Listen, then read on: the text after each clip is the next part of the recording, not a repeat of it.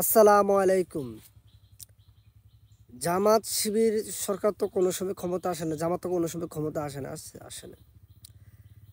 এখন যেভাবে জামাতের ভোট বৃদ্ধি হচ্ছে, যত দিন যাচ্ছে তত বাড়তে আছে।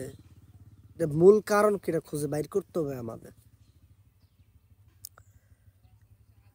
এক নাম্বার হলো তারা অনেক খারাপ, অনেক মানুষ বলে, বাট আমি বিএমপি করি, বাট আমার কথা হইল কি, জামাত তো কোনো সময় বিপি হয় নাই, কোনো নির্বাচনে পাশ হয় নাই, কোনো কিছু হয় নাই, তাহলে টাকসুর নির্বাচন তারা কিভাবে জয়ী হলো? তাহলে বুঝতে হবে ইসলামী ছাত্র শিবিরে কাজ দেন ওলোকে চিন্তা চেতনা হইল কি, ধীরে ধীরে তারা কাজ করে আল্লাহর দিনের প্রতি বিশ্বাস থেকে তারা দিনে স্লো মোশনে কাজ করে। তারা কোনো উগ্র মেজাজি হয় না। তারা তাদের সভ্যতা ধরে রাখার জন্য সবার সাথে আন্তরিকতা বজায় ভাবে চলে। এই লোক জামাত শিবিরের কাজ।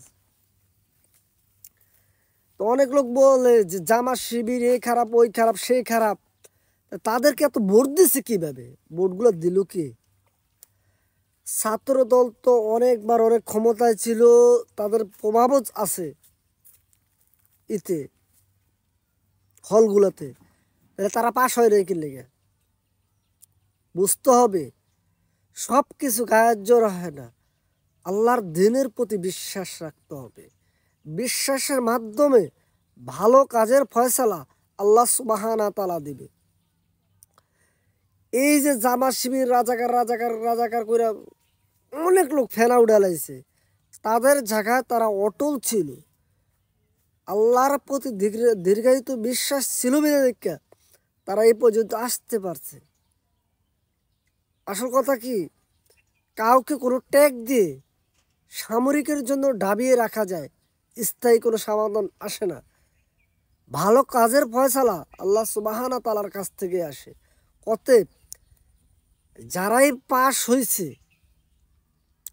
যারা পাশ হয় নাই, তাদের উচিত যে আসুন আমরা সবাই একত্রভাবে কাঁধে কাঁধ মিলে শিক্ষার মান উন্নয়ন করি।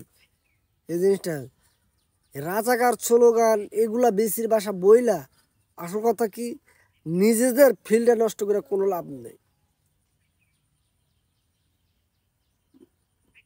সবাই তো বলছে জামাত রাজাকার খারাপ, তাহলে তারা তো বিপুল ভোট পাইলো কিভাবে? ওই যে আল্লাহর দিনের প্রতি বিশ্বাস রেখে তারা কাজ করছে। আপনাদেরকে কাছে অনুরোধ করি, যা রাজাকার রাজাকার পাকিস্তানের পেতার দ্বারা এই স্লোগান বাদ দিয়ে আপনারা বলেন যে আমরা সবাই মিলেমিশে দেশ গড়ব। আর দেশের মানুষ নির্বাচনের দিকে আর ফুটবল খেলার মতো